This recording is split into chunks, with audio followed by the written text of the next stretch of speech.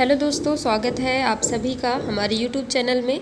आज हम एक बहुत ही महत्वपूर्ण टॉपिक पे चर्चा कर रहे हैं जो कि मध्य प्रदेश के मंडला ज़िले की एक विशेष उपलब्धि के बारे में है। जी हाँ, मंडला ज़िला देश का पहला आदिवासी साक्षर जिला बन चुका है। तो आइए जानते हैं इसके बारे में पूरी डिटेल। तो अभी हाल ही में 16 अगस्त को मध्य प्रदेश के मंत्री विशाहू लाल सिंह ने घोषणा की है कि आदिवासी बहुल मंडला क्षेत्र देश का पहला पूर्ण रूप से कार्यात्मक साक्षर जिला बन चुका है।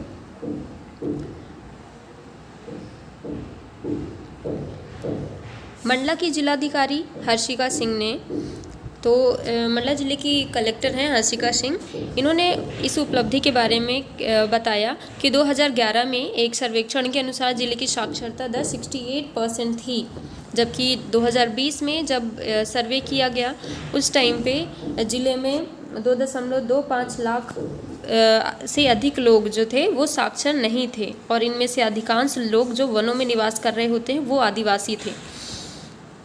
तो इस चीज़ को ध्यान में रखते हुए आदिवासियों ने अक्सर ये बताया कि उनको जो अधिकारियों से धोखाधड़ी करने वालों के द्वारा उनके बैंक से खातों से पैसे निकाले जाने की शिकायत की, और इसका मूल कारण यह था कि वे कार्यात्मक रूप से साक्षर नहीं थे। तो ऐसा होता है कई बार कि जब हम साक्षर नहीं होते हैं तो कई लोग उसका फ़ायदा उठाते हैं। तो आदिवासियों का भी ये कहना था कि कई बार उनके साथ ऐसी घटना घट चुकी है जब कई अधिकारियों ने उनके बैंक के खाते से पैसे निकाल लिए गए हैं। तो ऐसी इनका कारण मुख्य यही था कि वो साक्षर नहीं थे। तो जब ये सारी प्रॉब्लम सामने आई तो फिर कलेक्टर ने उसके लिए एक अभियान चलाया। कार्यात्मक आदिवासी साक्षर होने से तात्पर्य क्या है? हमने अभी टर्म यूज़ किया है कई बार कि जो कार्यात्मक आदिवासी साक्षर, इसका मतलब क्या है? तो इसका मतलब होता है एक व्यक्ति को कार्यात्मक तौर पर, कार्यात्मक मतलब किसी भी कार्य में वो सक्षम हो, मतलब किसी कार्य में जो भी एटलीस्ट थोड़ा बहुत उनको ज्ञान हो ताकि वो उस कार्य को बहुत अच्छे से कर सकें और उसमें उनको कोई धोखाधड़ी ना मिले, है ना। तो एक व्यक्ति को कार्यात्मक तौर पर साक्षर तब कहा जा सकता है जब वह अपना नाम लिखने, गणना करने और हिंदी पढ़ने, साथ ही पढ़ने और लिखने दोनों में ही सक्षम हो।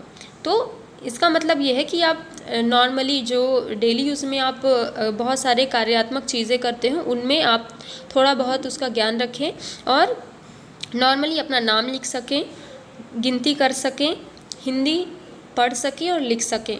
यही आदिवासी साक्षर कार्यात्मक आदिवासी साक्षर का मतलब है। तो जब ऐसा होता है तो यहाँ के सभी अनपढ़ लोग जो अपना नाम लिख सकते हैं और गिनती लिखना या पढ़ना जानते हैं वो सभी साक्षर की कैटेगरी में आ जाते हैं। तो इसे ध्यान में रखते हुए जब कलेक्टर की ये सारी बातें धोखाधड़ी के बारे में पता चली तो इसे ध्यान में रखते हुए उन्होंने महिलाओं और वरिष्ठ नागरिकों को शिक्षित करने के लिए स्कूल शिक्षा विभाग, तो कौन कौन सी चीज़ें इसमें इन्वॉल्व थी इनको सुधारने के लिए, स्कूल शिक्षा विभाग, महिला एवं बाल विकास विभाग, आंगनबाड़ी और सामाजिक कार्यकर्ताओं को शामिल करके स्वतंत्रता दिवस 2020 से उन्हें कार्यात्मक रूप से साक्षर बनाने के लिए एक बड़ा अभियान शुरू किया गया। तो ये उनका अभियान था जिसमें उन्होंने महिलाओं को और जो भी आदिवासी क्षेत्र में जो साक्षर नहीं थे उन सभी को पढ़ाने का जिम्मा उठाया। मनरेगा कार्य और मवेशियों को चराने के दौरान भी कक्षाओं का आयोजन किया गया, क्योंकि ये जाहिर सी बात है कि अगर आदिवासियों की बात करें तो वो मनरेगा कार्य में इन्वॉल्व रहती हैं या मवेशियों को चराने इत्यादि में इन्वॉल्व रहती हैं। तो इस टाइम पे क्या किया गया कि इसके दौरान भी कक्षाओं का आयोजन कराया गया।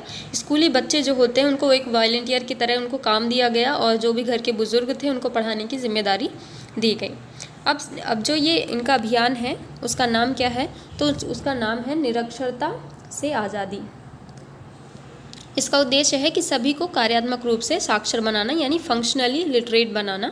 2 सालों के अंदर अभी क्योंकि ये जो अभियान है वो 2020 में स्टार्ट किया गया था और अभी 2022 है तो 2 साल हो चुके हैं। 2 सालों के अंदर पूरा जिला कार्यात्मक तौर से साक्षर हो गया है।